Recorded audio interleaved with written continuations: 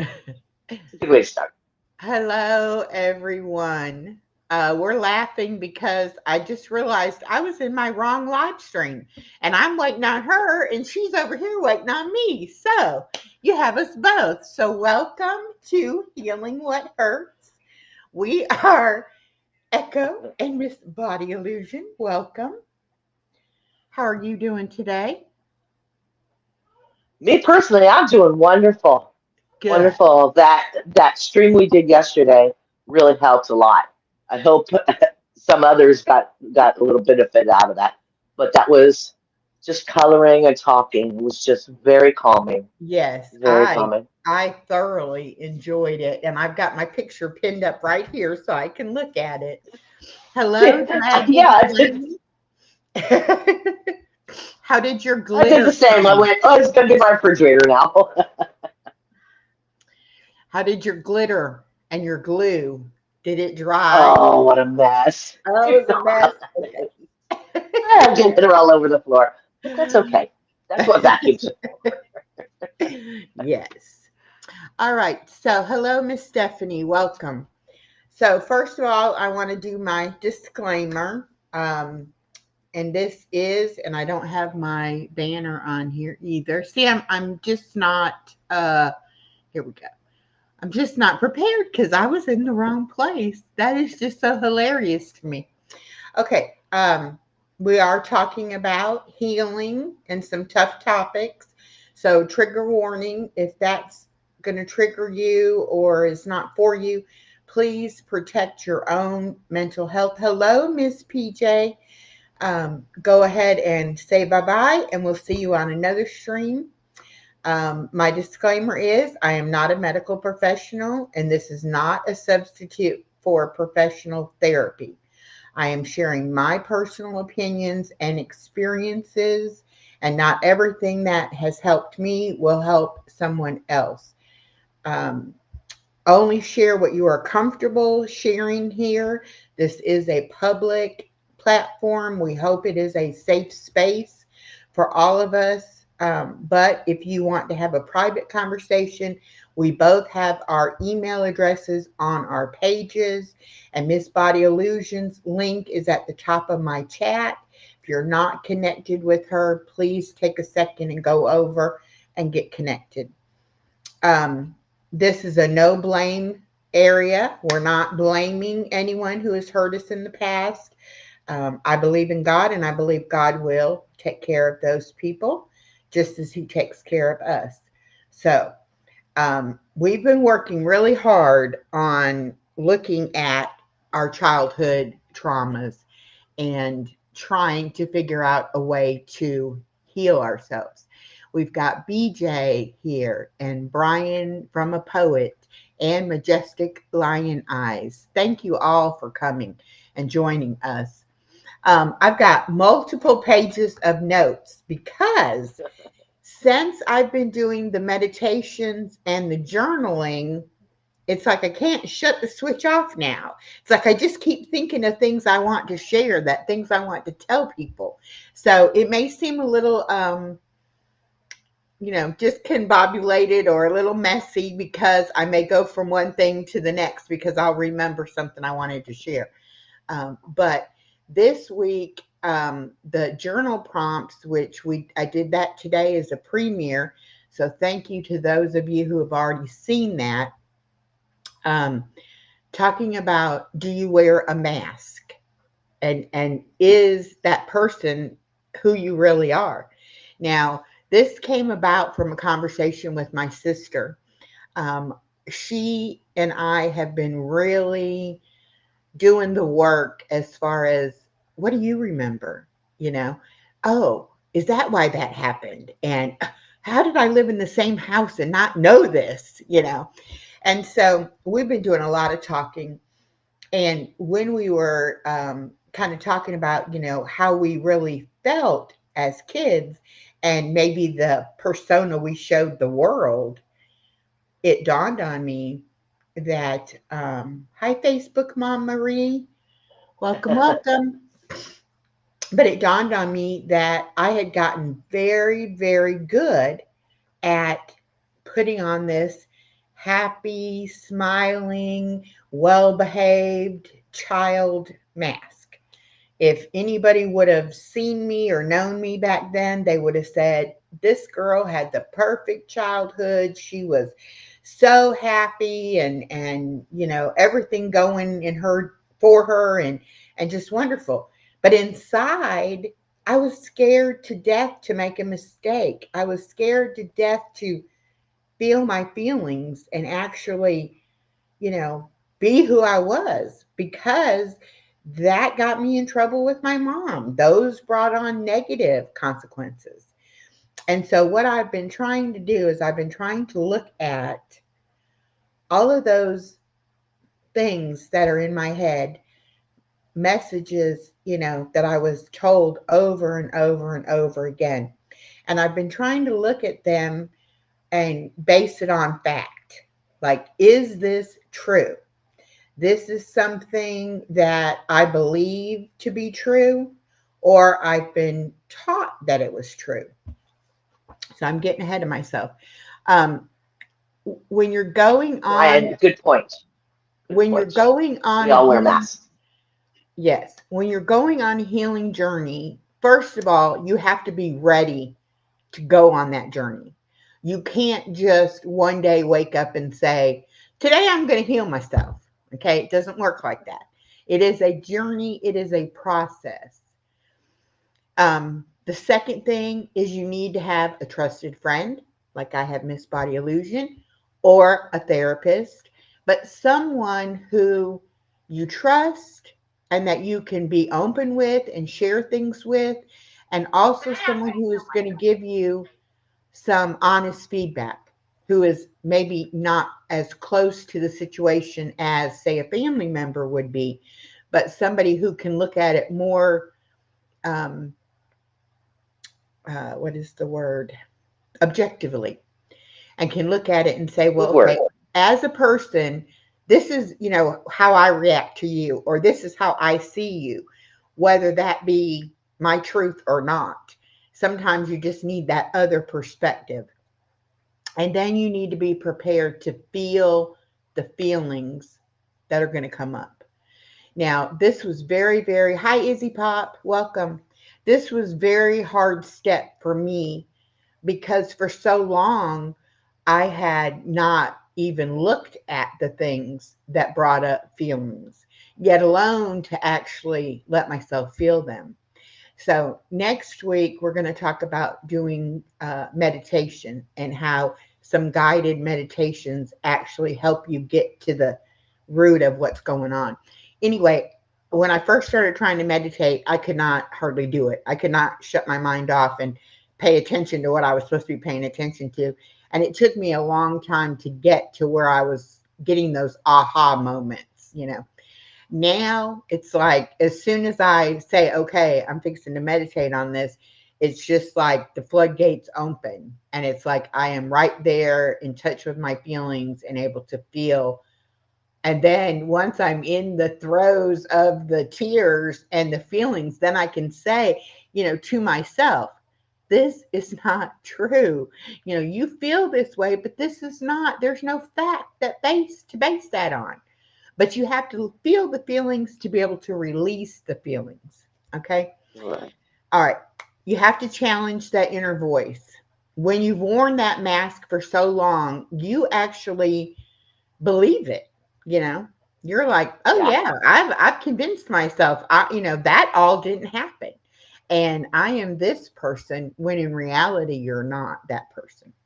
And so a lot of the stuff that I've been working on is to be really authentic with myself and honest with myself and say, okay, not everything I believe is true. Now, I have a lot of core beliefs and values from, different parts of how I was raised, but I also have a lot of fear and insecurities. Hello, Misha Lee. Welcome. I have a lot of fears and the more intuitive me. Hello, welcome. Um, and those fears and insecurities are things that are not true. that I have kind of been conditioned to believe. Right. And you have to stop those negative thoughts and reframe it as a positive, or at least as non judgmental. CLM Henry, welcome. When you, Yeah, he's into uh, he's more of in the realms of uh, I would say learning or teaching or administration part of schools, but he's into trying to help the children understand, and so he's really, yeah, it's wonderful he's here because good, he can right. shine a light on some of this stuff. Okay, great. Thank you so much for joining us. Um, you have to look at things as non-judgmental. You can't always say, when you make a mistake or you mess up or something, it doesn't automatically mean I'm a horrible person. I'm a bad person. I'm, just despicable because I did this or did that. You have to look at it and say, okay, you know what? You're human. You made a mistake. You're going to correct that mistake. You're going to, if you hurt someone's feelings, you're going to apologize. You're going to try to make it right with that person, but you're not going to beat yourself up because you made a mistake. Okay. Making mistakes is so much a part of learning things and so necessary. And I'm kind of handling this whole journey as a learning experience. Yes, I'm taking what I'm learning and I'm applying it to my situation and healing myself. But I also want to be able to share it with everyone who may have had any kind of trauma, any kind of abuse, anything that just makes them feel less of a person. And I also want to be able to offer that help and be able to say, I don't know exactly what you've been through, but I know you've been through pain. I know that you didn't have, the best childhood per se, or even if you're just an adult who's struggling, with the way the world is today or whatever. I want to be able to be maybe a little more empathetic with other people's situations because of what I've learned through this process. Um, and guess what? Nobody is perfect. Nobody can be perfect. It does not matter what you do. You're never going to be perfect. Okay? So stop trying to be perfect and stop beating yourself up because you don't think you are perfect. All right. And my last one is on that subject, talk to yourself in the same tone and volume that you speak to other people. If you think about it, that inner voice has got a totally different point of view, and it comes across as, for me, critical, negative, almost dehumanizing, And I I would hadn't never, thought about that. yeah, and I would never speak to somebody else like that. And I've been Yeah, looking at and thinking about the way that I talk to my 4-year old. She's gonna be 4 tomorrow, y'all. 4-year old granddaughter. birthday.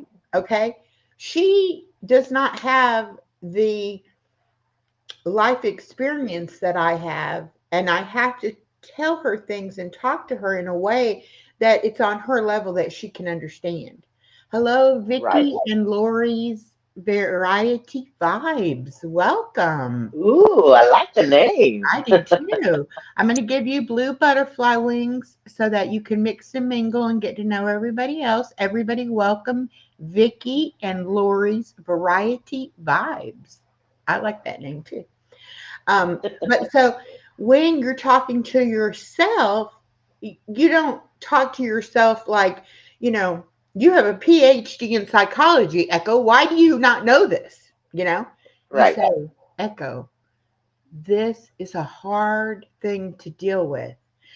this is what we're going to do. We're going to break it down. You know, you have to give yourself that little bit of, I'm going, you know, I'm talking nicely to myself. I'm going to help myself deal with this situation instead of, I'm so mad at myself. I can't believe I did that. You know, you just have to change that tone and that volume.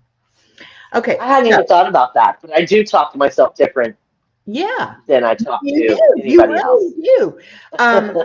And sometimes you don't even realize it's like Uh-uh. a just an automatic response. It's like you do something and just like if you touched a hot stove and you said, ouch. I've said ouch Uh-huh. before I've hit this, you know, the hot thing because it's like you know it's Uh-huh. coming. You know it's going to be hot. And it's almost like that, like before you even process the situation or process what's going on, you're already in there beating yourself up about it instead Yes. of just breathing and taking a moment and saying, okay, all right, I got to decide what I'm going to do here. I have a choice to make, you know. Um, okay. How are you going to do this? How are you going to change that little voice in your head? And how are you going to start to heal all that negativity? First thing you that I found you have to do is stop comparing yourself to others.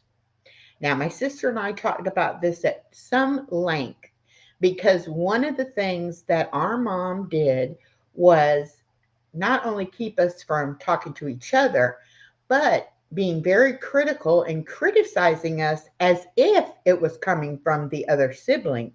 So after a while, you build up kind of a resentment and a dislike for that person because they supposedly know you. And so you value their opinion of you, right?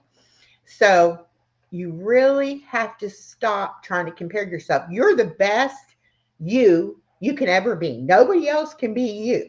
Okay.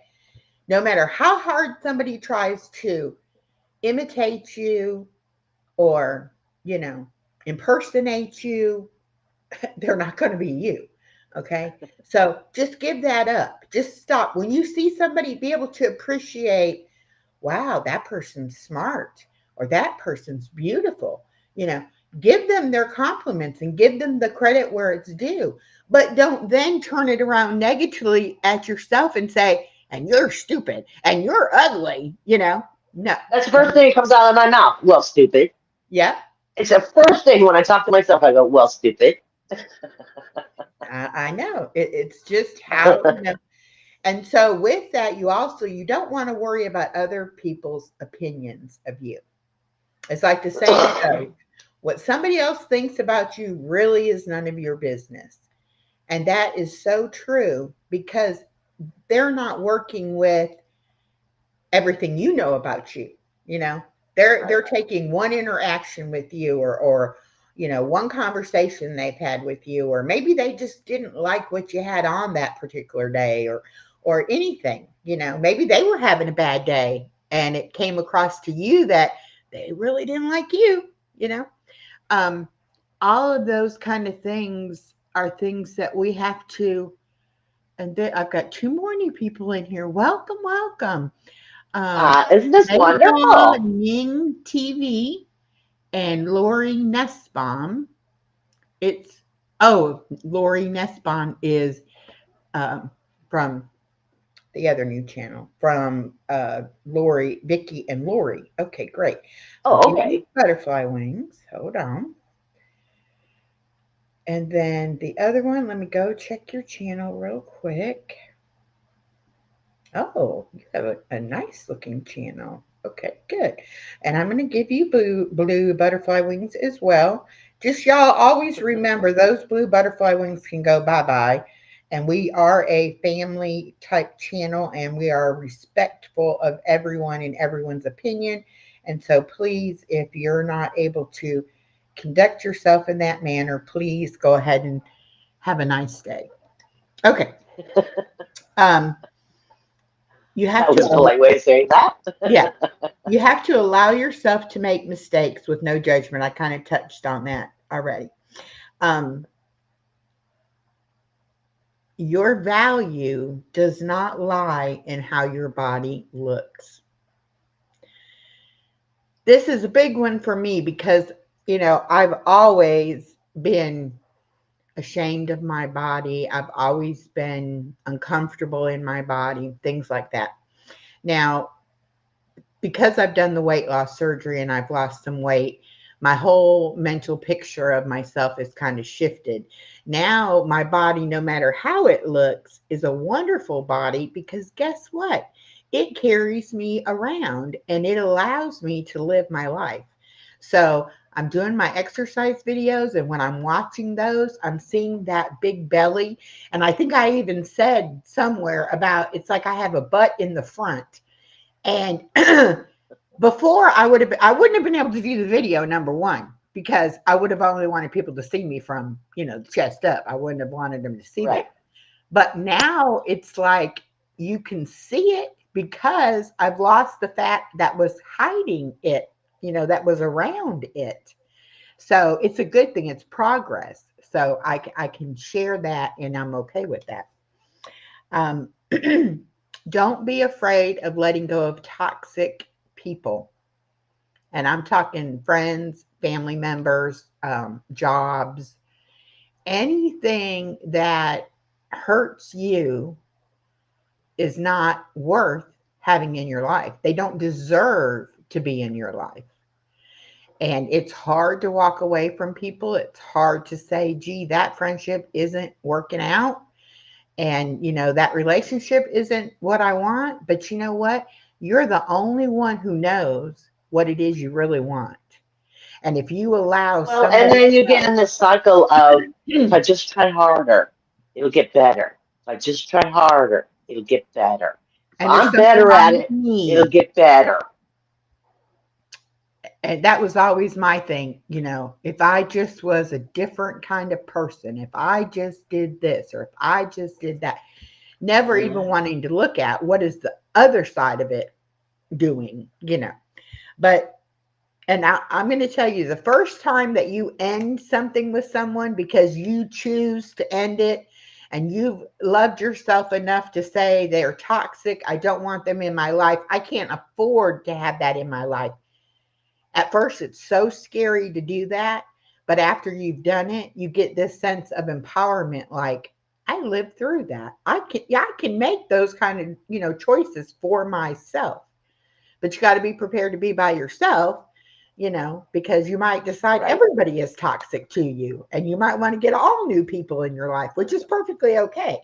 But you have to be ready for what comes after that. You have to be able to process your fears. And by that, I mean, you have to look at it and say, is this realistic? Is this an actual fear? Hi, Christine, Fab Fit Mama. Welcome. Oh, Um, that's an interesting name. she's one of my members, actually.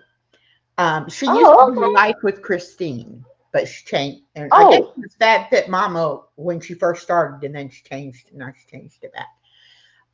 But like I do have a fear of heights. I've always had a fear of heights. I can't put my finger on one specific incident that happened that made me afraid of heights. I just am afraid of heights. So to me, that is a realistic fear. I'm uh-huh. not going to go on the side of a mountain and walk. There's just things I'm not going I to do can. because I'm afraid of heights. I'm afraid of falling from a great height. Hello, Tiff 420. Welcome. Um, so, is it realistic? Is it a fear that is actually could happen to you? I had a lot of fears with abandonment and, being left somewhere, that kind of thing. Those were unrealistic because as a child, the adults around you are supposed to take care of that for you because you're not old enough to do that. And so it really was an unrealistic fear at that point. But because I didn't have that loving, supportive kind of situation, it really was a realistic fear to me that I could get left somewhere. So you really have to Yeah. look at those fears and you can't be afraid of what you're going to figure out about it. You have to trust yourself to make good decisions. When you talk negatively to yourself, you also think, I don't know what to believe. I don't know what to trust. I don't know. And so you might think and go along with the crowd, so to speak. You might look at a situation and say, well, everybody else dislikes that person. I guess I need to dislike that person.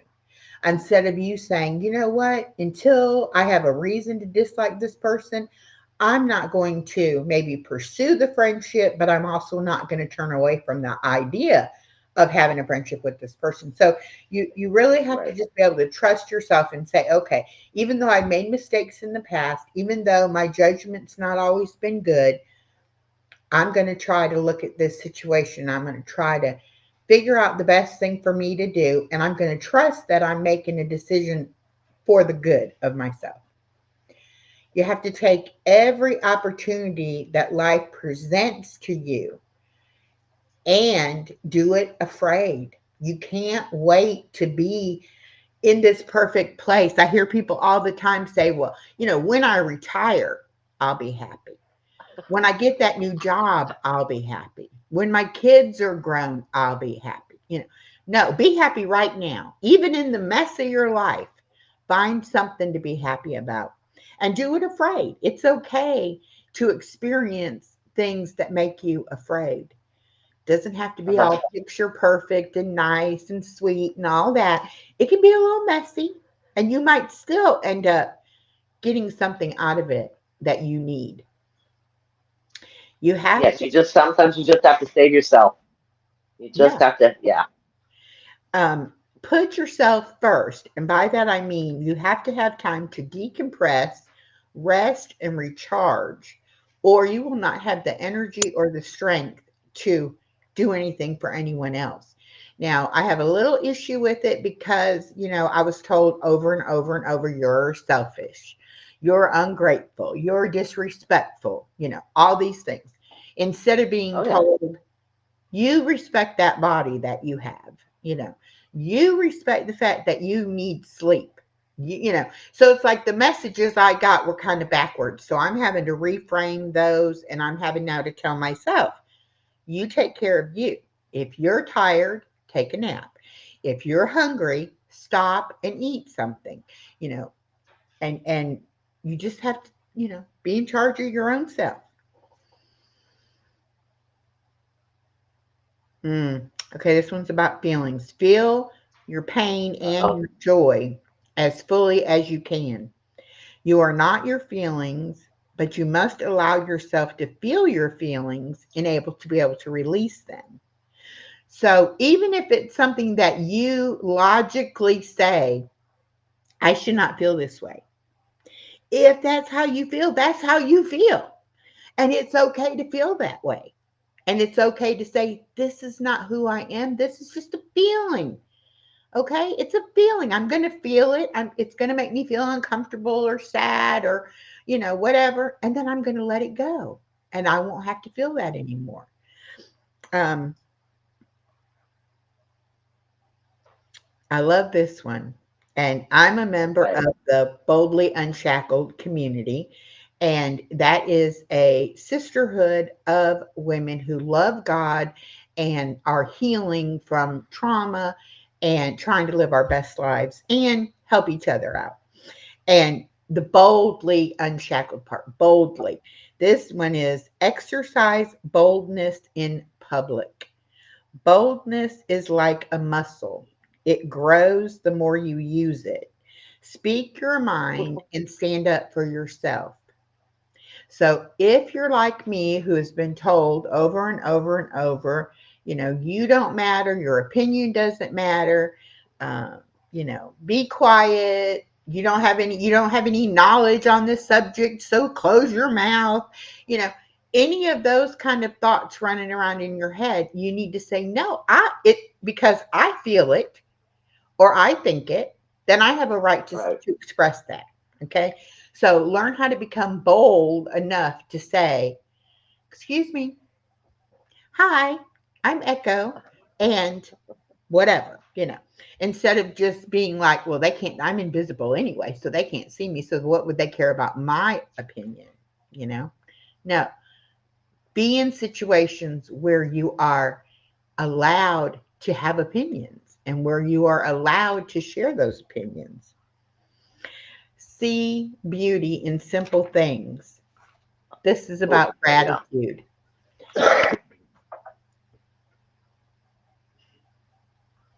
I live alone. Some of my best moments of my day are when I stop and look out my window or walk out onto my porch and I see my plants that are growing or I hear a bird singing, you know. Some of those birds have actually come and ate some of my plants.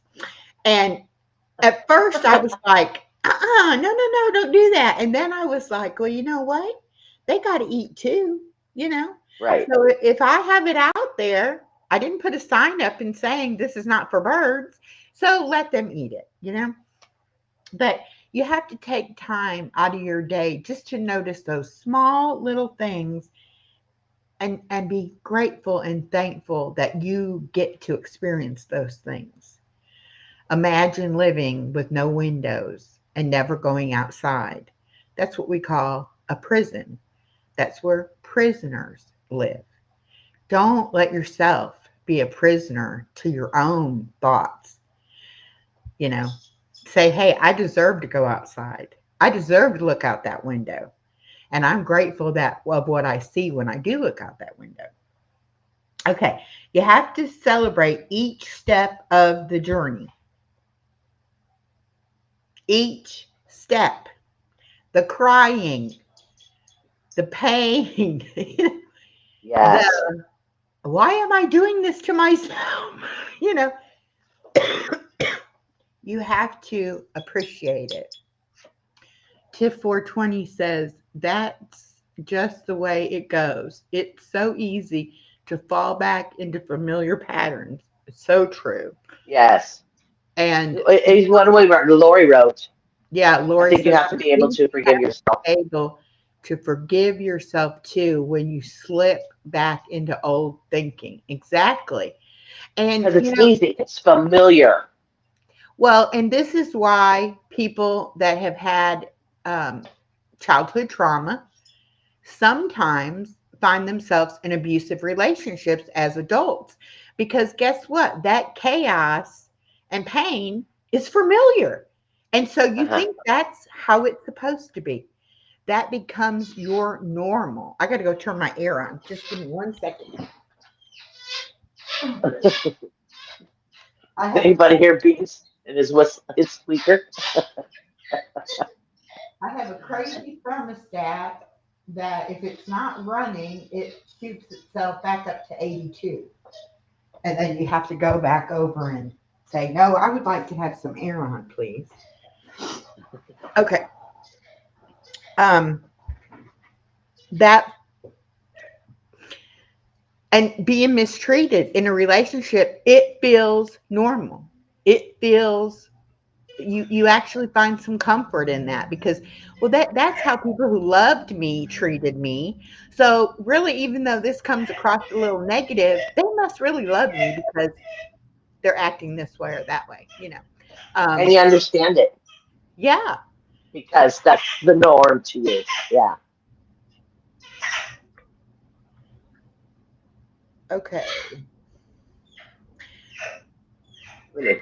And you have to start telling yourself I can do anything I put my mind to. Look, you have to look at all the things you've accomplished in your life, all the things that you did afraid, you know, all the things that you have learned. Tiff says, no more poor treatment. Exactly. If you don't value yourself, other people won't value you either. And Right. it's up to you to set that boundary and that standard and say, this is the lowest I will accept. If the person cannot at least do this, I'm not having it in my life. And that goes back to being Right. able to release those toxic people when you realize that they're not good for you, you know. Right. Now, I had a very narcissistic relationship. And because of being raised by a narcissistic mother, I didn't even see it, you know. They love bombed me and promised me the moon and said all the right things. And a narcissist is very good at picking up on your weaknesses and on what you need or want. And then they give you those things and then they pull it back. And when they pull it back, you're like, no, no, no, don't go, you know, and then All you'll right. start making, you know, kind of, excuses for the behavior, but also you'll start bargaining with yourself. Right. Well, I don't have to do that, really. If it makes them happy, I'll stop doing this, that, or whatever, you know. It's Anyway, back to that. It's back to that. If I was just a little bit better, if yes. I was just a little bit more. And how many abused women have you heard say, it was my fault? Yeah. I made them angry. Well, and abusive relationships, they'll tell you that a lot too. Well, if you didn't say that, I wouldn't have done that. If you didn't do this, I wouldn't have done Exactly. that. If it wasn't for you Yeah, and what exactly. you did, I wouldn't have reacted the way I reacted, which, you know, once we learn that we are in control of our reactions, that means the other person is in control of their reactions as well. Right. And you can't make somebody else do something. This it brings to mind about, you know, hypnosis, okay? There's a part of our brain that even if we're hypnotized, we cannot self-harm ourselves. If someone hypnotizes you No, and says to self-harm yourself, you're not going to do it. no, Even you're not going though to do you it. may be You'll under, cluck like a chicken, but you won't hurt yourself. you know, but it's like you're not going to let yourself harm yourself. So if you can control that when you are hypnotized, then we definitely can control that when we're conscious and we're fully aware of what's going on. We can't, somebody else cannot make us to hurt ourselves. If we hurt ourselves, it's because somewhere along the line, that's what we thought we should do, or that's what we thought was the best thing to handle that situation. So, you know, you got to take just a little bit of responsibility in that, you know. Okay. Hmm. Challenge those negative thoughts. Challenge them. When you hear that little voice saying, gosh, you're so dumb, be like, huh? I'm not dumb. I have I get a a lot. degree in blah, blah, blah. You know, I graduated with a 4.0 grade point average. You know, it's like remind yourself of your accomplishments that you've done over the years and be like, now let's get serious here. If I was Right. dumb, I wouldn't do blah, blah, blah. So then you can stop yourself and say, oh, that's right. That's just that inner critic trying to get to me, you know, that's not even true. So I'm not even going to pay that no mind. And you just, you know, keep on trucking. We have to learn to love our unique qualities. I talked to before about nobody else can be you. There are things about you that are unique to you. Celebrate that. Let that be the thing you think about when you're feeling like you're a failure. You know, well, I can't sing, but I sure can enjoy that music, you know? It's like think about the things you can do instead of all the things that you feel like you can't do. You're not going to go through a healing journey and have success if you don't trust the process. Sometimes when we don't, hello, Miss Joan, welcome. Sometimes when we don't understand something fully, and then you know we're not successful at doing it, or we feel like that didn't work for me, it might be because you really didn't trust the fact that it might work for you, and so you never really fully committed to it and gave it 100%. And that's one thing Well, with me, you know, I've said it doesn't matter what I discover or what I find out. It doesn't matter at the end of this if I have to go to a psychiatrist and say, look, I need help, you know. I'm trusting the process. I'm looking at it in a way I've never looked at myself before. Go ahead, I cut Well, and then sometimes it can be hard. So it gets so hard that people pull back from stepping forward and moving more into the process. you. And you have to give yourself permission to heal. I've carried Yeah. this for at least 60 plus years. And it's okay to put it down. It's okay to say that's not who you are anymore. It might be scary because then I might have to think, well, gosh, if I'm not that person, then who the heck am I? That's where examining those values and beliefs really comes in. And the good thing about it is you can kind of alter that. You can say, well, now, I might have been this way on that topic before, but now that I've healed that hurt, I feel this way about that now. And you can become whoever it is you want to create for yourself. But you have to give yourself permission to do that. And you have to be able to say, the people who were supposed to love me and protect me didn't. But I love and will protect me now. Okay. So basically, once I finish this healing journey, if anything bad happens to me, guess whose fault it is? 100% my fault, because I'll have all the tools that I need to run my life in the right direction. Okay. I have Yes. some um, um, positive affirmations. Now, this is another thing that it's kind of hard to just start doing them because you kind of feel like you're telling yourself a story. Yeah, okay, yeah, it would be nice if I felt that way, but guess what? I don't feel that way. So you have to kind of get to the point in your life to where you can say, okay, I'm going to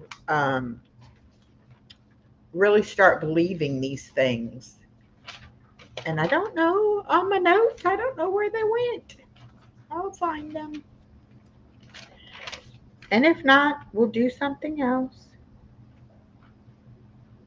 Oh, I didn't do these, did I? Okay, here we go. I am the beautiful child God made me to be. And if you don't believe in God, that's perfectly okay. Whoever created you, whoever gave you the breath of life, you are a beautiful child that they created. I am worthy of my own love. And you're worthy of other people's love too. But you have to love yourself first.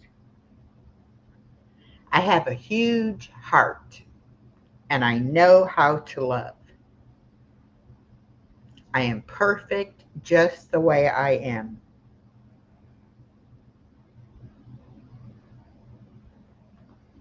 Okay.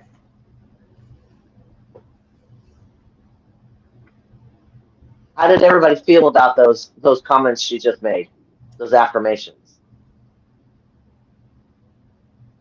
Because some of them made me a little uncomfortable. Well, and And it the was thing just about it, I don't believe it in myself, if right. that makes sense. But the more times that you stop and say it to yourself, eventually you will begin to believe it. Yeah. At first, it kind of feels like, well, I'm putting that mask back on, aren't I? I'm saying now I'm going to be this person. But actually, it helps to combat the negative talk that you say to yourself. And I'm taking the approach of for every negative thing I say to myself, I got to come up with at least two positive things to say. Okay. So eventually I will outnumber the positive, will outnumber the negative. Hello. Oh, that's Tiff. She said, I agree with her. Thank you, Tiff. Hello, BJ. I am not ignoring the chat. I am just trying Following the to conversation. follow the conversation. Okay. If y'all don't know, and BJ did a post about, he is deaf, he can't hear, and yet he creates music, y'all. Now, that's somebody who has taken their disability and he doesn't let it stop him. He's living his life and doing things that maybe some people would think he can't do or shouldn't do, but he can. And that is so inspiring to me. And that is one reason why I connected with BJ when I first met him, because he was open and honest with me about his issues. And I learned what kind of person he was because of that, because he was open enough to share it. If y'all have not checked out his channel, it's BJ's Misadventures, and he is doing some wonderful things with the AI assistants. So check him out. Lovely, lovely. And Thank Tiff, you're going to make me cry, so we're going to move on from that comment. Okay, Lori said, very hard to say because I feel like I'm lying. Yeah. Tiff says, Yes. all the beautiful things you say to all of us, you should say to yourself, Body Illusion. Exactly. And Facebook Mom Marie says, hey, everybody, don't forget to hit the like. Okay, thank you. Um, you know, She's good with that. She's it's good so with much that. easier for us to give other people compliments than it is for us to give ourselves compliments, you know? And that all goes back to the thing, you're so selfish, you know. Uh-huh. You know, selfish is when you've got a piece of cake and there's 10 other people in the room watching you eat that piece of cake and you don't care to share your piece of cake. That's being selfish. Uh-huh. A lot of the things that we have to do for self preservation are not selfish. Self love involves all your senses. It's what you can see, what you can Okay. hear, what you can taste, what you can feel, what you can smell. Okay. You know, sometimes I even get triggered by a certain smell or by a The certain food. olfactory is really strong, Yeah. really powerful. And so sometimes you have to, the first thing, you're going to try avoidance. You're going to say, yeah, I'm never going to smell that smell again. Uh-huh. Okay, the smell is not what hurts you, but it triggers that memory of that hurt. Um, but you have to love all parts of yourself, the good and the bad. Whatever you think is flawed or not good, you still have to love it because it still serves a purpose in your life. Tiff says, when it comes to me, I have learned to be selfish. I am also the most giving person. Yes, and I Yes, she don't think is. that being selfish means you're not giving. The being selfish is that you are going to take care of you no matter what. And that is a hard thing to do when you've not been taken care of by people that you thought, you know, would take care of you or should take care of you. Right. But the bottom line is that we're not promised to have relationships. We're not promised to have family. We're not promised to go through life with anybody. You know, the bare minimum is you're going to go through your life by yourself with yourself. So it's you got to start there that you're going to take care of and love who is in your life, which is yourself. And then if anything else is in your life, that's just extra, you know? Right. That's the frosting on that cake. Exactly. Exactly. Okay. I really want us to think about what it is when we say, I'm on a healing journey.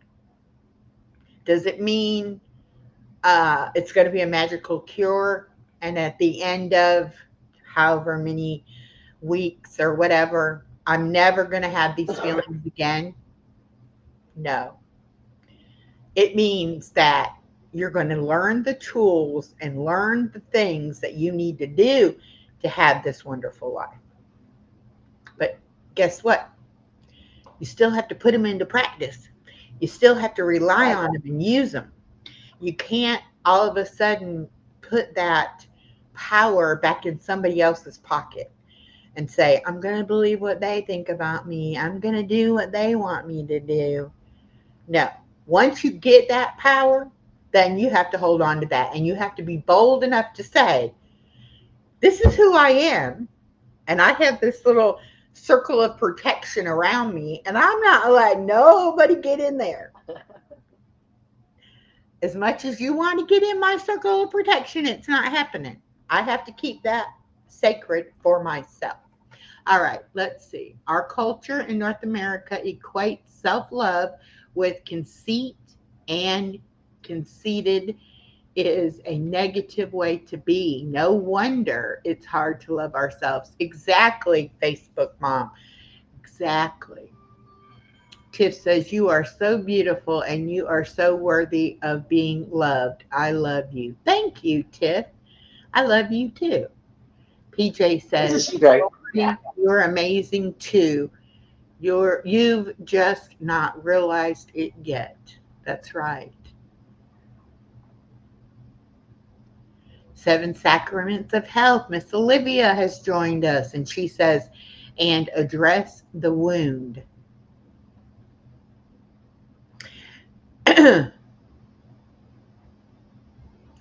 Vicki and Lori say she is amazing. I tell her she doesn't believe me either, but we are all a work in progress for our entire lives. Exactly. Yes, yes, yes. Thank you for saying that. It never ends.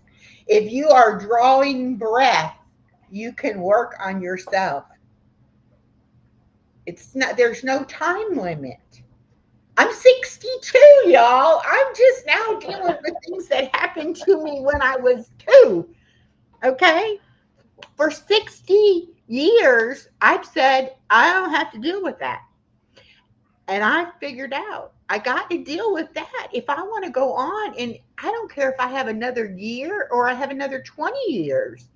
If I want those to be happy, fulfilling years, I got to get out of all this mess from before. And I only can do the work to do it. I'm the only one that can fix it. Even my sister can't fix it for me, and I can't fix it for her. We each have to do our own work, and only you truly know what it is you need to work on. And That's it. nobody is trying to tell anybody here what they need to work on or who they need to forgive or anything like that. Anything that we say, we're talking about and to ourselves. We're not trying to say anything about anybody else's journey. If anything, we want to give you the encouragement to start looking at it. You don't even have to Yeah. take the journey. You can live your life and have unresolved things. You really can. I mean, I've done it for 60 years. You can put that in the background. But when you realize that it does affect every decision you make in your life, that's when it's time to go ahead and look at it. Oh, Lori says, oh, you guys are going to make me cry. And you know what? It's okay to cry. It actually feels pretty good. It's allowed here. That's right. Such a great discussion, Echo. Thank you. Thank you, thank you, thank you. You guys, your love and support has just meant so much to me. I never thought I would be openly talking about these kind of things on YouTube for the whole world to see. But you know what? I am so proud of myself for being able to do it. And if I hadn't been, I'm kind of that way. Same thing with the working out. If I just work out at home by myself and one day I don't feel like doing it, I don't have to do it. But if I say I'm putting it on the internet for everybody, then I feel obligated to do that. And it'll hold me accountable. And the same thing with this, you know, since I'm doing it out in the public and not keeping it private anymore, then I have to be able to, look at it and do it. But I do want to encourage Everyone, yes, Lori says we all have our own journeys. Whether she believes me today or yesterday, she wouldn't be my best friend if she wasn't a great person. We all have issues, myself included, big time. And she helps me with my things. And that's what a friend, Aw. that's like the perfect definition of a friend. It's like they know your stuff and they like you anyway. You know, they don't say, "Ooh, you're sick. You got Right. issues." They say, "Come on, I got some issues myself. Let's talk about it." Uh, Did you do your workout today? Yeah, you did. Tomorrow, I do it Monday, Wednesday, Friday. And on Okay. the opposite days, I walk. And yes, I did walk today. Okay. The tip But is asking. She must yes, have missed it. yes. And um, the thing about doing it every other day on the workout, that's not being lazy. That is actually necessary because your muscles need time to rest and heal in between each time that you work them. Now, even though I'm calling it easy exercise, gentle exercise, I hurt after Monday's workout. Yesterday, or today rather, I was actually like, oh, I kind of feel something in my leg. I kind of feel something in and it's because you're using muscles in ways that you haven't maybe used them, recently. And so you have to give yourself that time in between to rest. And if you research all of the weightlifters and all that, what they do is one day they do their upper body and the next day they do their lower body. So they may be working out every day, but they're not working the same group of muscles every day, and they're giving them Uh-huh. time to heal. So, and I want to take this slow because your body adjusts to what you're doing. So, if you start out going really fast and really hard, you have to keep increasing that to get results. So, starting out slow and gently, then I'll be able to increase it and keep increasing it as I go. So, um, Well, and you don't want to start out your first exercise and end up totally sore, and then you get discouraged yeah, because because you're then you're like, like, "Oh, okay, this I'm it not doing hurts that too one anymore. bad." Yeah. And Olivia said seated workouts can be very effective.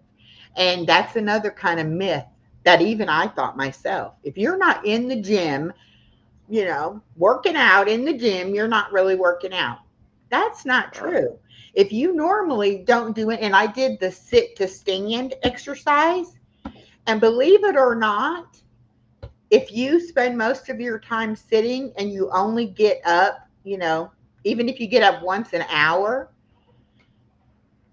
it just feels totally different when you do it, in concession, like repeatedly. It's like, oh my goodness, I need to be doing this more. So even if that's all you can do right now, if all you can do is stand up and sit back down, that's more than you did the day before, you know. So don't be hard on yourself about it. Be happy that you even watched it, yet alone watched it and said, hey, I can do that too. Nancy But I Smith, could have a day off. hello. What? I could have a day off. Yes, yes. Walk on the days that you don't work out because did you know that walking is a full body workout as well in a Yeah. different way? And that's how the muscle is going to grow by us using it in ways that we're not used to doing. And I said in my video on Monday about that loop band and finding out different arm exercises. Oh, I found us a video that's got like 4 or 5 really good ones. And I was like, yes, we're going to have, because I'm trying to work on my flabby arms, my stomach, trying to strengthen my legs, and definitely strengthen my back. Um, so yeah, we will be progressing. We will be doing different things. It won't be the same workout every time. I guarantee you that it won't be the same. Joan said, I used to go to the gym 6 times a week. Day 1, upper body. Day 2, cardio. 3, lower. 4 cardio, 5 upper, 6 cardio, day off, and then lower. I'm not sure what she meant, Wow. but yeah, and that's That's a okay lot. because you're not, it is a lot, but you're not doing the same set of muscles every time. And the thing about exercising, and like I was saying, how your body adjusts. Like I used to work at Walmart, okay? I was on my feet for 10 hours a day. And I was from one end of that store back to the front, back to another, and I would always say, as much walking as I do in a day, I should be as skinny as a toothpick because I am really, like it's not like I'm working 9 to 5 sitting behind a desk. I mean, I was really putting in the movement, but your body adjusts to that and that becomes your new normal. And then your body says, okay, so now what are you going to do? You're going to have to give me something else. Do you want me to do anything? So yeah, you need to make sure that you're going to be able to go up in your activity. That's why they say Right. start out walking, 10 minutes, then 15, 20, work your way up to an hour. Don't start out walking and go, oh, I got to walk a mile. Okay, you'll be dead halfway through and you'll be saying, okay, how do I get back to where I started from? Right. Because now I'm exhausted.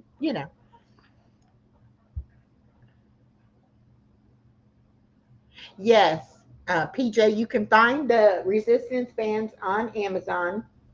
I bought the set of 4, just like these. Now, they do sell them that have the loops, like a handle on the end, and that may be something that you want instead of just a flat band. But you can wrap it around your hand and get it however, comfortable or tight in your hand. And I also got the package of the loop bands, and you always get 2 or 3 different strengths, and that's something that logic would tell you.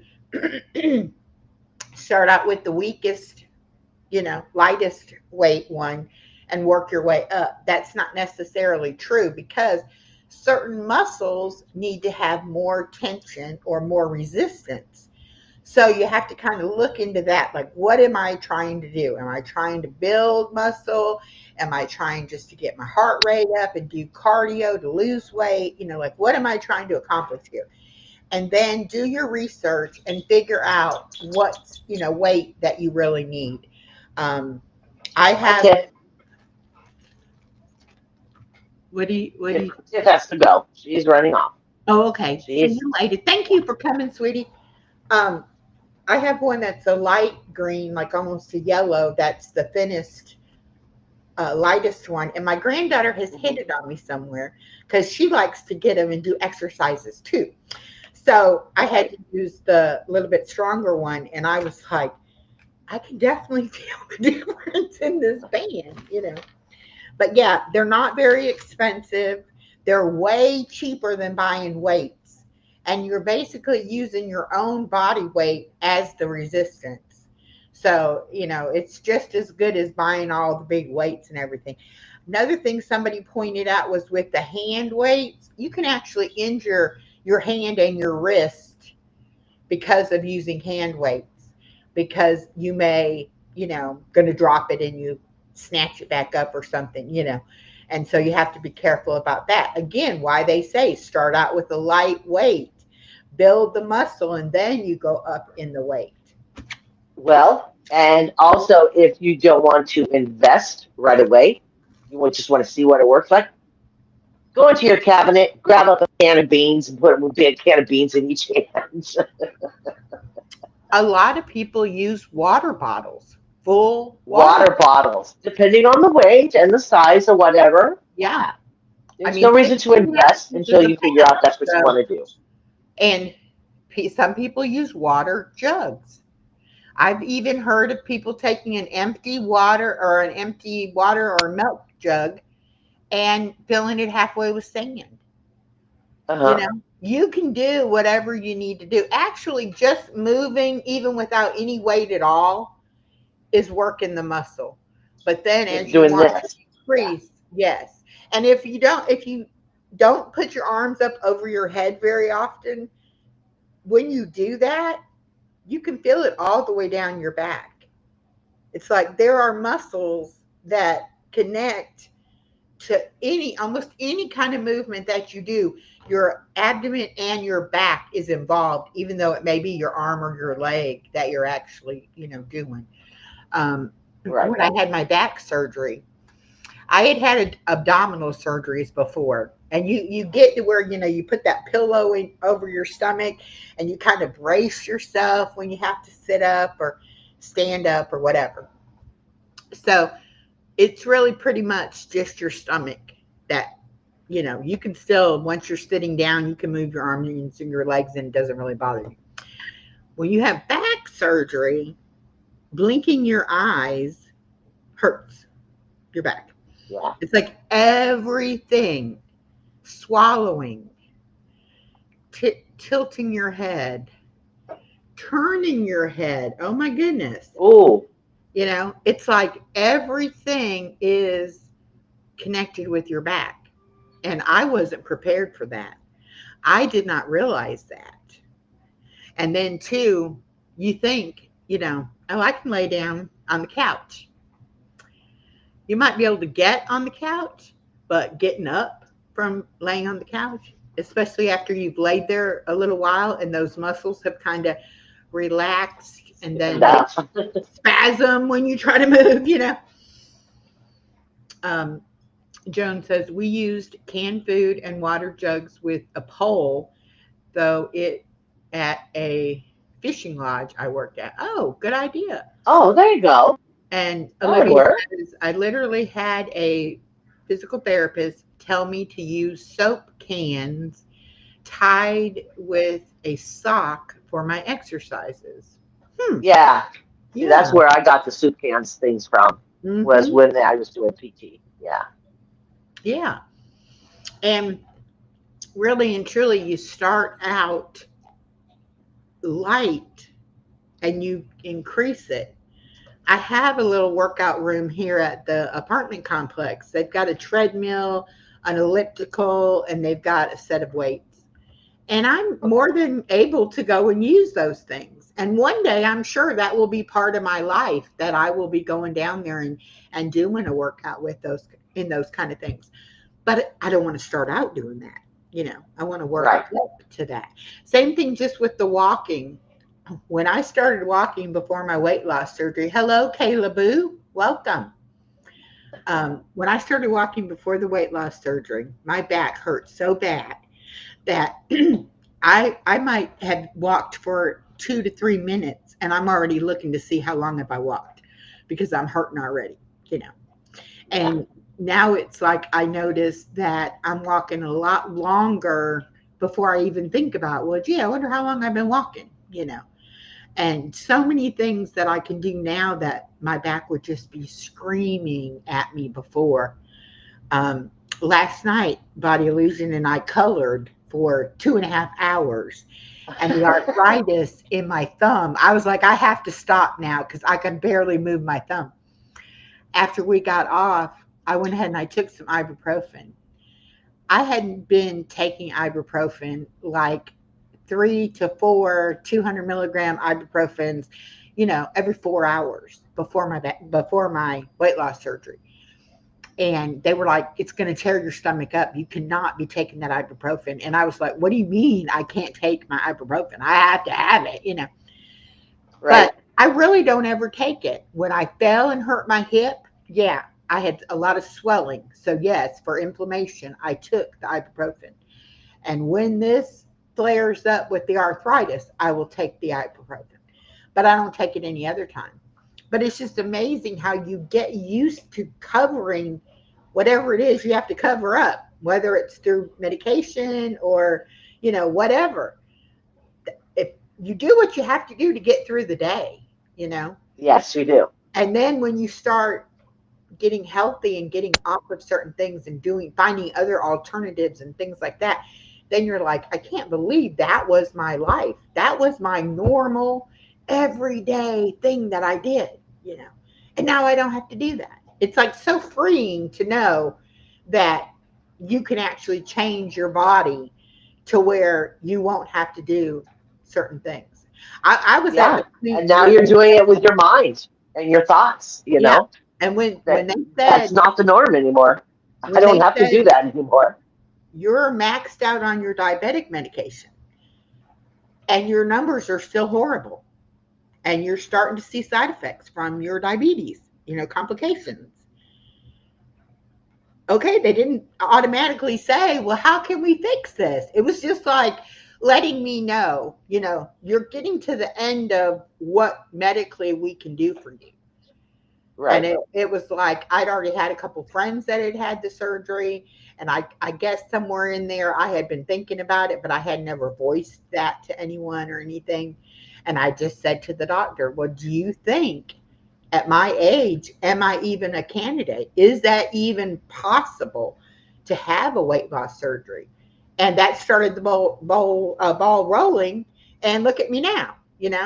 So sometimes you just got to ask the right questions.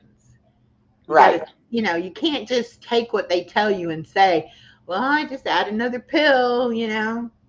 Maybe there's something you could put into your diet that would help you without having to add that other pill. Let's see what Joan says. I Right. used to go to the gym. Oh, I didn't advance my chat. There we go. Oh, 7 Sacramento Health had to leave. Okay, bye, sweetheart. Okay, let's see. How long have we been on here? An hour and 11 minutes. Good. We're doing good. Uh-huh. Last night, we didn't even realize it had been 2 hours as we were talking and coloring so much. We are going I to, enjoyed myself. It was very calming because yesterday was a stressful day, and I climbed on there, and it was just like all of my worries just washed away. It was very, very nice. Very nice. and next week, we're going to be talking about the inner child healing meditation and just meditation in general. The next Okay. week after that, we're going to talk about play and art therapy. And that coloring. I mean, it's just something as simple as letting yourself be creative and enjoying the process of doing it. It's amazing what it does to your mind. It really does just release all the tension, other thoughts. Like you can't think about other things when you're concentrating on something like that. I'm going to show y'all the picture that I did. And look at all that detail and all those colors I used. Look at that. Isn't that beautiful? So, Isn't that beautiful? you got to figure out not only what it is that you liked to do as a kid that you don't do anymore, but also new things. Try new things. Nana's cooking and craft corner, she was teaching us how to make these. Now, this is, I don't know if you can see because I got a gray yarn with black eyes, but this is a little dog, like a little Shih Tzu dog craft that Uh-huh. we did. And it's made out of a toilet paper roll holder. The cardboard thing that's in the middle of the toilet paper is what his body is made out of. And then you wrap the yarn around it and you make little pom poms for his little feet. And then you make the little hair. And How cute. I had to video or I had to save the video of her showing us, and I was doing it with her step by step. And yet I Uh-huh. still was like, mine doesn't look right. And so then I rewatched the video and I was like, no, I did that part right. That is mine. Mine looks like that. And it was just so much fun to do something as simple as that. Didn't cost hardly anything. I already had the yarn. Right. And I was like, why do I not do things like this? It's like, it's fun. It doesn't have to be for a purpose or only something that I would consider as productive. You can just Right. spend some time just doing something for fun. I love to read, and I will definitely take time, to sit with a good book and read. And Uh-huh. I kind of would feel guilty sometimes Like, you should be up cleaning house, or you should be doing this, or you should be doing that. But no, you're choosing to sit here and read. You're Exactly. reading a book with a sink full of dishes? Are you kidding me? That Yeah. kind of, Oh, let me tell you about a sink full of dishes. I had so many oh, here we dirty go. dishes, I had to run my dishwasher twice because I used to be, one fork cannot be in that sink dirty. And Uh, now I'm like, I got nowhere else to put dirty dishes. I guess it's time to do the dishes. And I think when you live by yourself, um, you have to make that mental shift from somebody is going to see my dirty dishes, or somebody's going to comment that I haven't dusted, or, whatever. It's like when you live by yourself, it's like, if you don't like it, don't come to my house. It's like I live in your house. And I would never, like, change my clothes in the bathroom and leave the dirty clothes in the bathroom. I would always take them uh, immediately to the hamper. uh, Things like that you're like, you know what? Give yourself a break. If you don't feel like doing it right this minute, you ain't got to do it right this minute. Nobody is it's your here. mess. You clean it up when you get around to it. Exactly. And I think since I'm so used to having the baby here who would create messes for me to clean up and create dishes, you know, and now that here by myself, it's like, you know what? I can use a paper plate. I don't have I don't have to do those dishes yet. So I'm definitely giving myself a lot more leeway when it comes Grace. to those rigid, it has to be right now. BJ says, I do my dishes by hand. We have a dishwasher that came with the suite. It's never been used in the 26 years that we've lived here. Oh my goodness. Really? There are some things I wash by hand because I don't trust the dishwasher to get them clean. But then there are other things that I actually will run through the dishwasher, even maybe run through twice if it's something I want to make sure is kind of sterilized. Like I want that really hot water to kind of sterilize Yeah. it. But there are some I'll things. use the dishwasher a lot if I'm getting ready to can something, and I'll put the jars and the lids and stuff like that. Mhm. Yeah. Yeah. Oh, and I do want to do But living alone, I don't use the dishwasher. I don't like unloading it. a little PSA on these kind of water mugs and cups and things with the straws. If it didn't come with a brush, get yourself the little cleaning kit that has the little skinny brush that'll go in the straw and the brush that'll get down in the bottom, because you don't want bacteria getting in there and making yourself sick by doing it. So I bought a extra pack of straws so that every day, I get a clean straw. Sometimes more than once a day if I feel like that straw is getting a little funky or whatever. But, Right. just something as simple as that could protect your gut health by not introducing those bacteria, into your system. So be careful. I see a lot of people with these cups, and I'm like, did you wash it out? Do you wash it? Do you make sure? See? Exactly. And at first I was like, I don't need extra straws. I don't need to buy the cleaning kit. But now that I have it, it's like, yeah, it's a necessity. Those are things that you definitely need. Facebook mom says, we don't have a dishwasher. I have an awkward kitchen that doesn't have a place for one. Okay, it must be an older model house. And But they also have those portable ones that you plug into the faucet that they have. But many, many, many you of don't have us the space. You don't have the space. grew up washing dishes with our siblings and didn't have microwaves and things like that. So, these kids today have got it made with all the modern Oh yeah. conveniences that they have. Oh yeah. Yeah. Definitely. When I would stay with my family, my cousins, it Hmm. was always like the boys would cook that dinner, and the girls would do the dishes, or the girls would cook the dinner and the boys would do the dishes. That's how and it always, Hmm. always went that way. We always had chores. Oh, yeah. Always did dishes. We always Um, and my mom would make us rotate the chores. So just about the time you got used to doing whatever it was your chore was. Uh, Hmm. oh, BJ says, I propose a toast to everyone. Cheers. There you go, BJ. I got water Salud, and honey. coffee. I don't know why Salud. I'm drinking coffee this late at night, but I am. Yeah, Um, I filled mine up with water before we came on. I went, we we enough caffeine for the definitely day.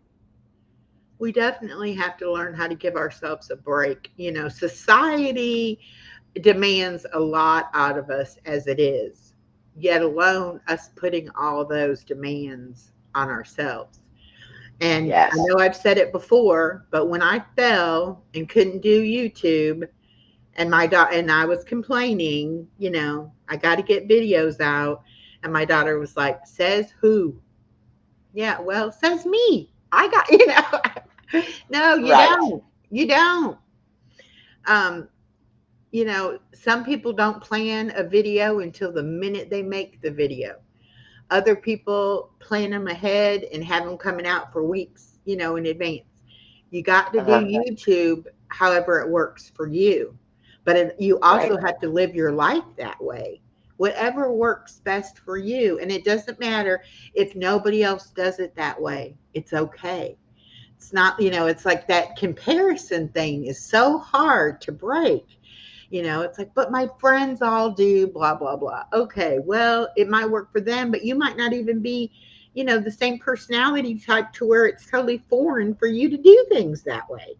And instead of Right. beating yourself up over it, just accept the fact that, hey, I'm wired a little different, but this is how I am. So embrace that. And don't sit there and say, well, if I could just be more like so and so. You don't even know what so and so's life is like behind closed doors. You ever Exactly. thought of that? How many people you think have it all together and just have these wonderful lives, and then you find out stuff that was going on behind closed doors that you never would have thought of that was Their happening. mask is just more stable, I guess. Yeah, they never let their mask slip. They had it on Yes. glued on there. Yes. Um, the mask thing for me was a really big revelation that, gosh, not only have I been not now I wouldn't say lying, but masking my true self to the world, I was doing it to myself. I was not even being who I am with myself. That's really a big revelation when you realize that I don't know who I am. It's like I am not who I thought I was, which is a good thing because I found out there's things about me I do like, you know. But I really wasn't myself. I was a conglomeration of what I thought I was supposed to be, what I thought other people thought I was. What they expected you to be. Yeah. Yeah. And instead of being able to say, hey, this is who I am, and if I've deceived you in any way, I am so sorry for that. But those days are over now. It's like you gonna get the real me, and hopefully 100% of the time. Hopefully I won't revert back and be like, oh, I'm in this scary situation. Let me do what feels most comfortable instead of what I think is the right thing, you know. Right. Because that's easy to do. That's so easy to do. It's almost like you know gee, what color are you? This is a good one when you think about it. We all have different parts of our personalities, and you might think, we'll just use like baby blue. It's very calming, you know serene, but maybe you really are bright orange, Okay. vibrant and excitable, and but you go through life saying, I'm a light blue. Yes, I'm a light blue. Eventually one day that bright orange is going to burst out of you and people are going to be like, who is this? You know, she's had a nervous breakdown because she's never acted like this before. So you got to figure out what color are you and be proud of that color and be that color. You know, may not even That's be the color interesting. That's you, interesting you bringing it up that way as a color. yeah. That's And you because may I've not always even, believed in auras, yeah, giving off colors. yeah, Yeah. yeah. Um, it's hard sometimes So to yeah, a put, lot of people are agreeing with you. yeah. And it's hard sometimes Yeah. to put into words, like to say, I am whatever kind of person you feel you are, you know. It may be very difficult to actually put that into words. But if you try to think of what you think of a color, how does that color make you feel? And what does that color represent? Things like that. Sometimes Right. you can grasp it better as a color than actually to have to make those definite I am kind of statements about yourself. It's easier to say, Good or point. even go the opposite route. Maybe you think you're a black cloud, you are depressed and you are, and maybe that's not even true. Maybe that's not what color you are. Maybe you're a really nice pastel pink, just loving and caring and nurturing. But for some reason, you don't want to show people that. So you show them that black, ugly cloud. And Right. it can be a negative. You can look at yourself as a negative, what you consider being negative. I think black is a wonderful color. Definitely in clothing, it makes you look a lot more slim if you wear black. You know, You and Coco Chanel. yeah. Um, my granddaughter is mixed with African American, and she has beautiful, like caramel colored skin. She's not too light, not too dark. She's just a perfect. She looks like she's got a perfect tan. Um, but she is going to be 4 tomorrow. She is starting to realize that we all have different skin tones, Uh-huh. and you can ask her, well, what color is mama? What color is daddy? What color is this? What color is that? And it's so funny. I would say, well, I'm tan, and or at first I would say I'm white. She's like, no, you're not, Granny. You're not white. I'm like, okay, well then what color am I? You're really light brown. I'm like, okay, so I'm really light brown. Well, what color are you? Are you? I'm brown. What color is daddy? Daddy's black. I'm like, okay. She hasn't got to the question yet to why is mommy white and daddy's black and she's brown. But she Uh-huh. is getting to where she's, recognizing that we are different skin tones. But I honestly think that we are all, because it's based on how much time you're in the sun, what part of the country you're in. There's just all kinds of reasons that you would have a different pigment to your skin. And it really is Uh-huh. just that color of the skin. It's nothing Right. else, you know. And I wondered about that with her. Like, how are we going to approach that situation with her? We didn't even have to. She just on her own started realizing, just like she realized that some people are girls and some people are boys. And we would ask, well, who's a girl? And at first she would tell us her daddy was a girl because everybody Uh-huh. was a girl to her. Right. And then she started realizing, oh no, my grandpa is a man, is a boy, and my daddy's a boy. It's like, okay. And then too, she's realized that some people are grown-ups and some people are kids. Uh-huh. And you can ask her that, is Nana a grown-up or a kid? Oh, Nana's a grown-up. What about mommy? Mommy's a kid. It's like her perception on things. It's amazing. I love talking to her and just seeing what that little mind is figuring out. Right. It's fun to look through their eyes, the world through their eyes, and what they see.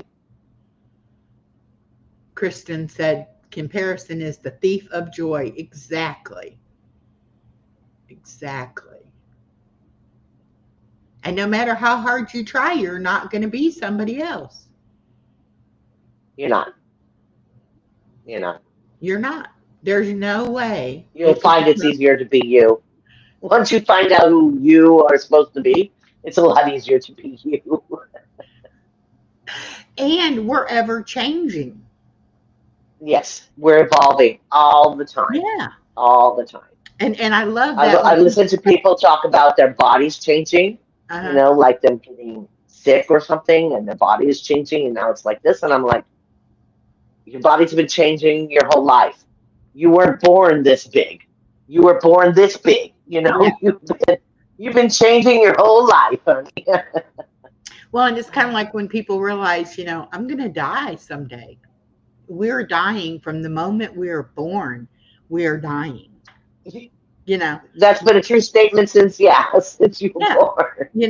It's like that's you're born, you live, you die. That's the way it Mm, goes. But so many people right. are like shocked when they get to be a certain age, like, oh my goodness, I'm dying. Okay, we're all dying, just maybe faster than others. But when you really start to examine, like, even what makes you you, so much of it is that question, nurture, nature. It's like, is it your Right. environment? Is it how you're treated emotionally? All of it has a part in there. But then too, when you actually start thinking for yourself, and that's a normal process in maturing, that eventually it's like when a baby's born, their parents are their whole world. That's all they know. That's all they have. They don't have a Right. concept of outside of that little bubble. And then they have, as they get older and they get older, their world gets bigger and gets bigger. And Bye, eventually Lori. you get to the Mhm. point, okay, bye, Lori. Thank you for coming. I enjoyed you so much. But you get to the point to where you realize that you're this big and there really is a whole big huge world out there. And so you start making your own choices and decisions based on more external kind of things than internal kind of things. But it's funny how, when you try to like really say, okay, I am, you know this kind of person, are you real? It's like, why? Well, do you have to be that kind of person? Can you, and then even like, I'm not even talking about like religious views or political views or, um, it's just like you just develop. It's like one day you realize I have an opinion about that. I don't know why Right. I have that opinion, but I have an opinion about it. And is it because of how I was raised or is it because of how the world is? I don't know. you know and some days it's easier to see those reasons behind your opinions and why you are the way that you are, and then other days you can't really see it, you don't really know, and you just Right. kind of question, like, well, okay, hmm wonder when I started believing that about myself or even about anybody Yeah. else. you know like, I wonder why do I And think. why? Yeah. Why do I think that? Yeah. Hmm. And now, like with my sister, this is one of my big misconceptions that I had about her. um, I've said that before, that she was self-employed and my brother is self-employed. And, when you're self-employed, sometimes you are wealthy. Sometimes you're not because it's only Mm, you. And in my mind, if somebody is self-employed, they're wealthy. Like, you don't really think about the negative side of it. It's like, right. wow, look at them. They Where don't it's have a all whole on big, their shoulders yeah, and they don't they get don't have a time big off, company behind pay them. vacation. They got themselves. That's it. My sister told me one time that she looks at money as a tool to be able to live her life. And Okay. okay, Misha, have a good walk. Thank you for coming. It's kind of like if she wants to be able to help somebody else, one of her kids or one of her grandkids or something like that, yes, that money is a tool that she can use to help that person. She might Right. not have the time to go and spend time with somebody, but she might can do something for them that will create more time in their life or something, you know. And so Right. to Which her, could it's, better their life. yeah. And so it's not like I'm successful because I make X amount of dollars, or I'm successful because I have X amount of dollars in the bank, or I'm successful because I don't have any credit card debt, or, you know, whatever it might be. She looks at it that she's successful because she's able to work and has value that someone is willing to pay her, that she can then turn around and do things for the ones that she loves with that money. And I Okay. guess I always looked at money like that it had so much power over you. You know, like if you don't have enough money, that's so stressful. Like you're like just clawing at anything to try to get enough money to survive, you know? And then Right. if you have enough money, does it make you want to make even more money, or does it let you kind of relax a little bit like, well, I'm comfortable. I don't have to push so hard because I do have a good job or whatever, you know. Like I Right. never looked at money as I always looked at it at like my own survival was based on Right. that, my ability to make money, not that Oh my yeah. ability to Oh make yeah. money would allow me to help others, you know. Right. It's really weird how you can have these concepts of things like money that there's really no basis for that, you know. I mean, because you really don't need excess money. There's only so much you're going to eat. You can only have so big of a house. You can only have so expensive of a car, you know. It's like And there there's the classic line, you can't take it with you. are, right. And after a while, it's like if you're not trying to be keeping up with everybody else, you get to a certain point that, well, okay, I'm comfortable. This is what I need. I have what I need and I'm comfortable and I'm Right. good. Money is not going to control what I do because I'm okay. But there are some Right. people who, you know, who have never had enough and will never have enough. And no matter what they do, they feel like it's never going to be enough. And Yeah. that's got to be scary to live like that. I I think that would be something it'd be an internal with them, that there's a hole that they think that money's going to fill, if Hello, that makes sense. Regina. Welcome. Yes, that's exactly true.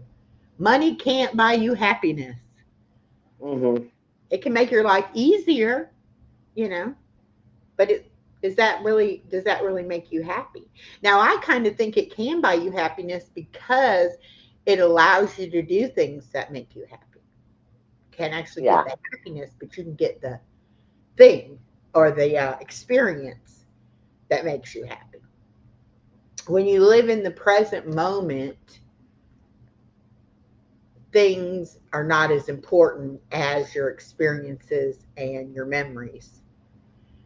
When you live in the past or in the future, it's those things that you think are keeping you back or are going to make you feel better when you get that thing. But if you can try to Right. stay living in the moment, then you realize that at this present moment, I have enough. You know, Yeah. I'm happy with where I'm at, what I'm doing. You know, a lot of people don't believe in planning for the future. And so maybe they don't have a job that is going to give them a retirement, or maybe they're self employed and they're not paying into their own retirement type thing. You Right. know, you can't expect to end up at, you know, a certain point in your life and be comfortable if you haven't planned to be comfortable. I hear a lot of people Right. saying, well, how much does it take to retire? How much money do you need to have saved up or in the bank to retire? I think you could have planned that 20, 30 years ago.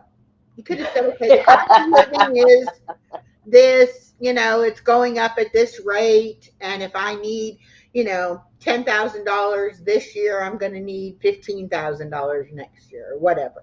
And you might have figured that out. With the way our economy is today, I think people who even have, you know, hundreds of thousands of dollars in the bank are worried, is it going to be enough? Yeah. Yeah. Hello, Boldly Unshackled, Miss Tia. I know you're just coming in, but I made a statement about we have to be bold in standing up and speaking for ourselves. And I talked about your channel and how you're making me realize that we have to be and live boldly in our lives. So I did give you a very nice little plug to your channel. And I love our sisterhood movement so much. I tell you, these ladies, they'll make you laugh, they'll make you cry, they'll rally around you if you need anything, and just to have their support is a wonderful, wonderful thing. And I am so glad that I stumbled into Tia's chat that day.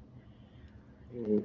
You know, I don't believe in accidents. I don't believe in really coincidences. I believe like God led me to that chat for a reason. She's But quite emboldening. She she makes you feel empowered she with does.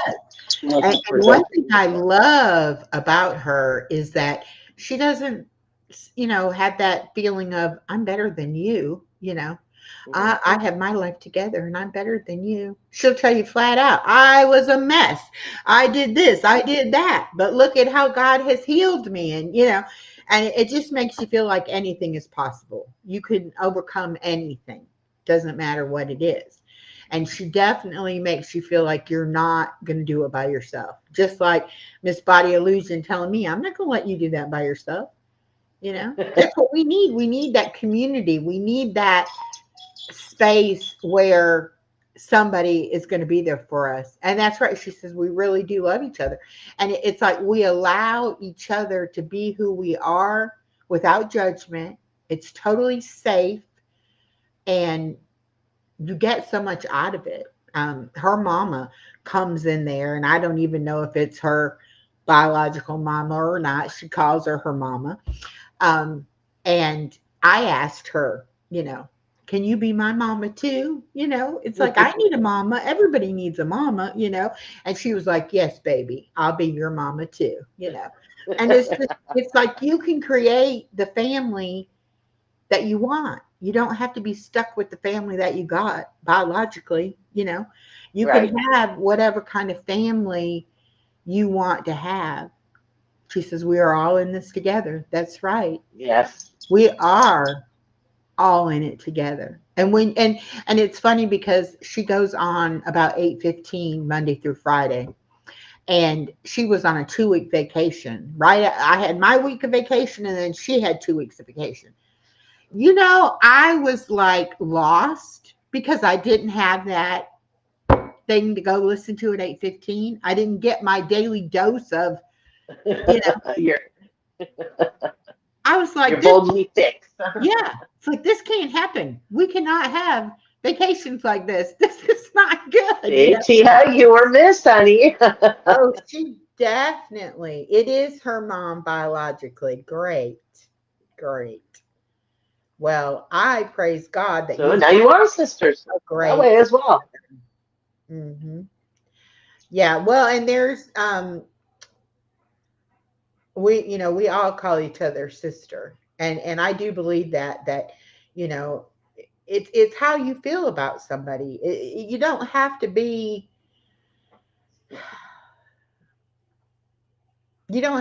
without family. Yeah. You know, you can have that family and create that family for yourself. And PJ's Wish says, yes, ma'am. A blessing for sure at Boldly Unshackled. I visit your channel. Yes. And any of you that come in there in the morning motivation, please say hello and let us know that you're there. There's been several people that have stopped in, and there's several people that are watching now on the morning motivation that I noticed and recognized the names. So her community or our community, the sisterhood, is definitely growing, and we we have some things that we do outside of YouTube, and on one of them, I was like, y'all have to know my heart. If you know my heart, then you know what kind of person I am. I don't have the best view of myself right now, and that's okay. But if you can see my heart, you'll know, what kind of person I am. And I definitely feel welcome there. And that's the thing. I think we all want to have some place that we can go and feel welcomed. And somebody that we can count on. Miss Body Illusion, I can message her anytime, day or night, and be like, guess what? She'll be like, what? And I'll tell her, and she'll be like, I'm so happy for you. Good. And I'm like, oh, I know. You were probably, busy or resting or something, and this crazy woman's over here, messaging you. But it's so comforting to me to know that whether I talk to her every day or not, she is on the other line. All I got to do is send a message, and there she is. And you don't find people like that. Not people that you want to have in your life. We have a name for those people, and it's a stalker. And you may have those kind of people in your life, but it's really nice to have people like that. Yeah, the chosen family. Good way of putting it. Yes. Yes. And she's not fake about it. It's not something that you look at it and you say, gosh, I wish I could feel that way too. I wish I could believe you. I wish I could, but you see it and you feel it, and it's genuine. And that's what attracted to me to her and her message, immediately. She could have been talking about anything, and I would have sat there and been like, really? This is so interesting. I never looked at it like that before. I never thought about that. It's like, wow. And I think too, we get validation because guess what? Somebody else has felt this way. Somebody else has had this struggle too. Yes. And I don't think you can help somebody else until you've been through something and helped yourself, And I think that's the easiest way to get out of your own head and stop worrying about your own problems, is to try to help somebody else with their problem. Yeah. But that can also be a vicious cycle too. You can end up helping people and never look inward. You're busy helping others.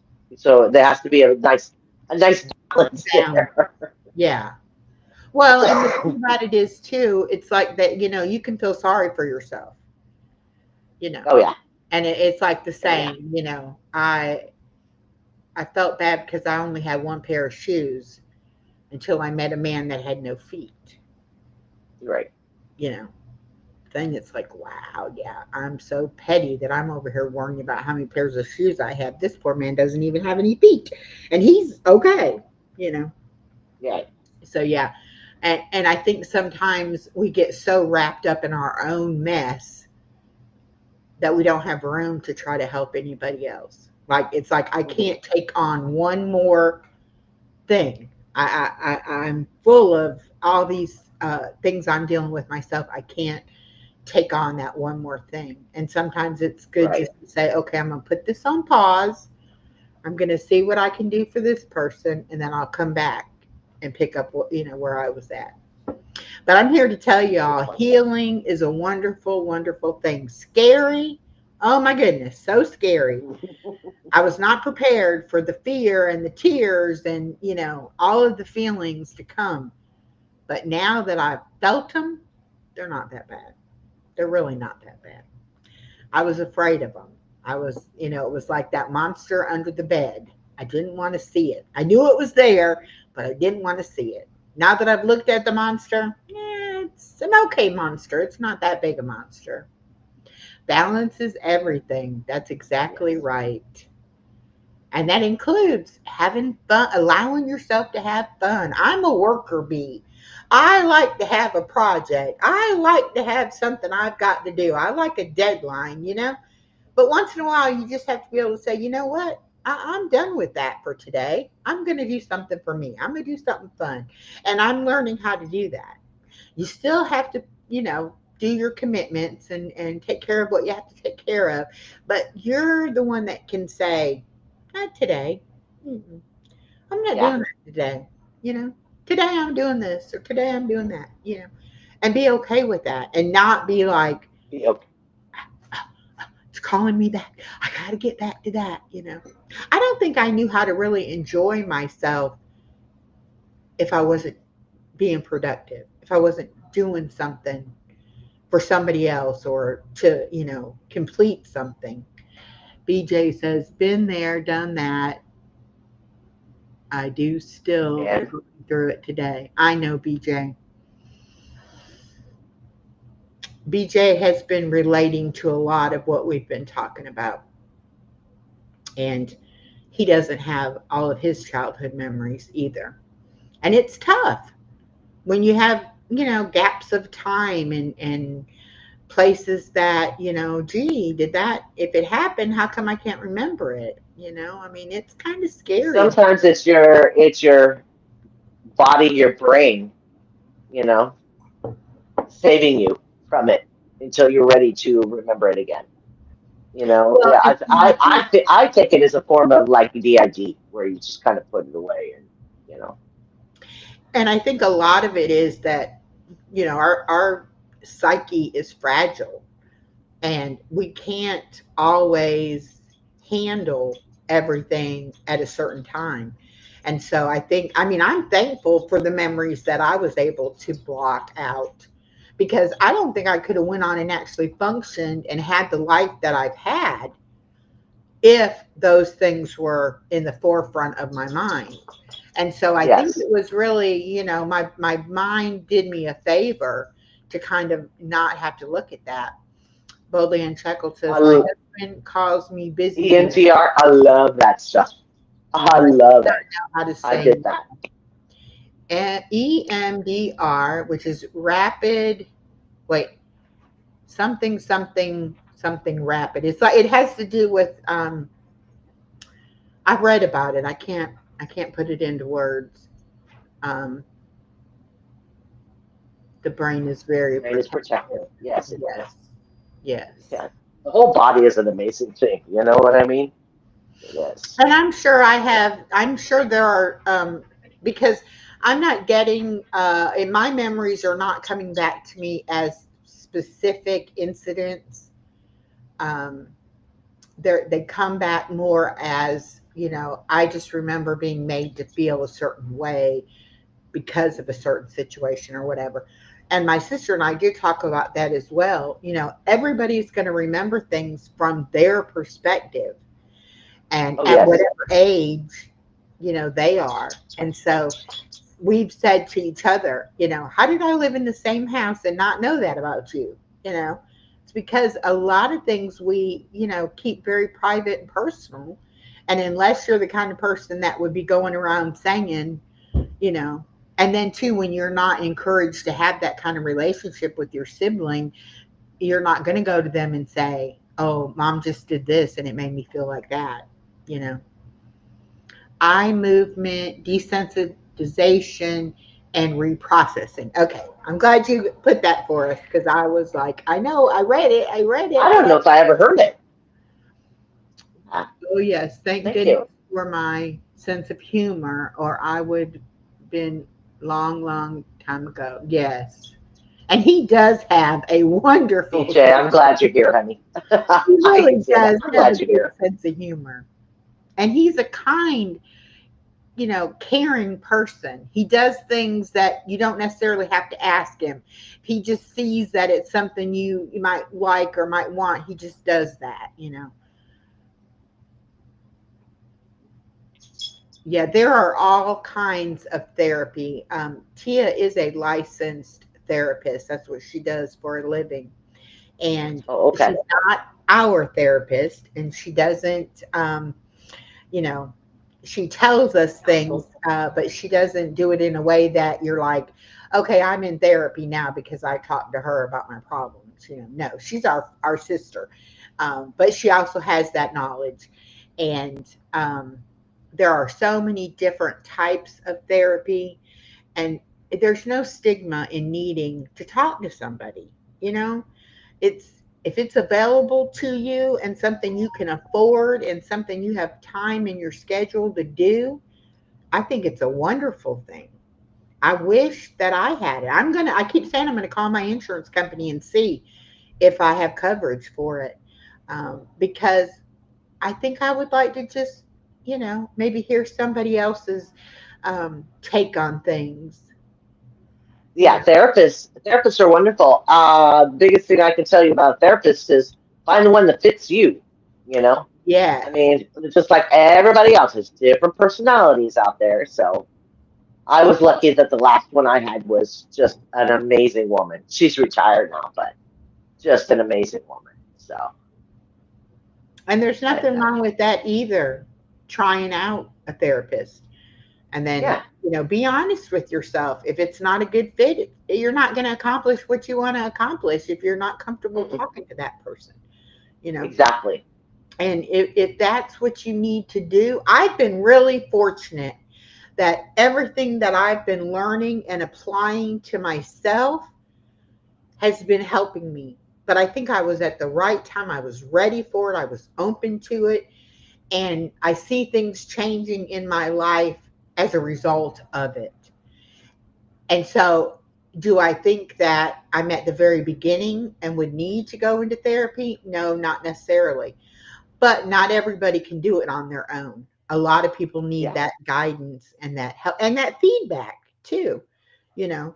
And I think Tia has even said that before, that it's not like she can tell her clients, this is what you need to do. She can say, right, how does it make you feel when you do that? Or, right. whatever. It's like more of a suggestion than it is, because really especially like in my case, my mom laid down the law. This is what you're going to do. Da, da, da, da, da, da, da. If I had a Hmm. therapist that talked to me like that, I would feel like I'm in the same position I was in before, you know? Right. And so, yeah, it's, you've got to have somebody who's going to be, um, on that wavelength that you need. She said, be willing to Exactly. interview your therapist. Exactly. And she said, great advice. I fired a few. Hi, Eva. Welcome. Um, and that's the thing, it's not something you have to tell anybody that you're talking to somebody, unless you want we tend to overshare. We tend to tell everybody all of our business, and you really don't have to. You really can keep some things private and personal, and that's okay. Um, I'm gonna tell you, honey, it's because you're from the South. that's Us why I Californians overshare. don't share that much.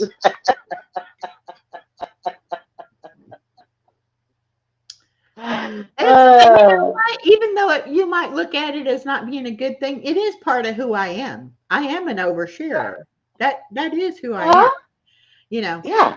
Even Um. in the grocery line, right? Oh yeah. My daughter is always getting on to me for talking to strangers. And my good friend Miss Kathy, I met her at the swimming pool. We were neighbors in an apartment complex. We did not know each other. And I met her at the swimming pool one day, and I had met some other people at the pool that I had mentioned to my daughter, and my daughter was like, "Don't be talking to people at the pool."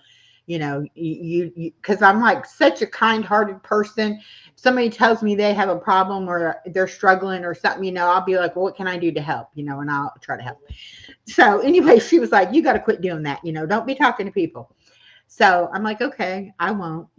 Anyway, I go down to the pool one day, and Miss Kathy's down there with her two grandkids, and the grandkids were in the pool. And I said, gosh, it's so nice to see somebody else enjoying the pool, because I felt like it was my private pool, because every time I went swimming, I was there by myself. So I Mhm. wasn't like really trying to start a conversation with her. I just was, acknowledging the fact that I was happy somebody was enjoying the pool. Anyway, we got to talking, having a conversation, and it was like we had this in common and that in common, and it was one of those kind of conversations that you were like, you got to be kidding me, you too. Anyway, my daughter looks out the window and sees us in the pool, at the side of the pool, chit chatting. My daughter, of course, is like, she's down there talking to a stranger. So she comes out onto the balcony and she's like, Mama, what are you doing? You know, I'm like, nothing. Meet Miss Kathy, my new friend. My daughter is like, what are you doing? You know? So needless to say, Miss Kathy has become like a grandmother to my daughter. And she is Gigi, great grandma to the baby. And I mean, it's like we're sisters, you know, it's like we have had so much in common in our lives and what we've been through and things like that. And I don't know how many times my daughter has said, you know what, Mama, I'm glad you met Miss Kathy at the pool. But yet I was told not to do that, you know. But my oversharing at the pool is a friend now that I've had for almost 10 years. So I'm glad that I, you know, have that friend. But yeah, I talk to people everywhere, you know. Had a conversation with a guy the other day about my I car, believe it. you know. Yeah, us in California, we don't have time for chit chat. Just get it done and move on. We don't have time for chit chat. All right, BJ, That's enjoy. just the mentality. BJ, you leaving? Yeah, Have a good evening, honey. BJ is in Canada, and so the time difference, it's his dinner time right now. So he's got to go have dinner. Mm-hmm.